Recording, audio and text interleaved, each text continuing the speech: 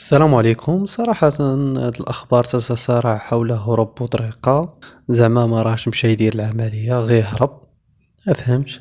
بنادم ملياردير، عندو شركة ديال البنية، عندو بزاف ديال لي زابارطومون موبلات يسمح فيهم على ود تشيك. ما نعرف شحال فيه، كاع فيه 400 مليون، فيه مليار، فيه 2 المليار. داكشي اللي عندو راه يتم الحجز ديالو ويخلصوا فيه الشيك. بنادم ما فهمش كيف تعال هاد الاخبار. الصورة هي راه واضحة، راه بنت. هو السيد راه مريض، مشى يدير العملية. راه ديجا مشى للانجليز ورصاف وبقاش يدير العملية. كان هما ولدو اصلا كاع ما خرجوش داك الخبر ديك الساعة. عاود فاش رصا دابا رجع مشى يدير العملية، تا دار معاهم التوقيت ورجع مشى يدير العملية. بزاف ديال الناس. هو دابا عاود شت حميد المهداوي الصحفي حتى هو راكب على الامواج، حتى هو سمع التصريح ديالو.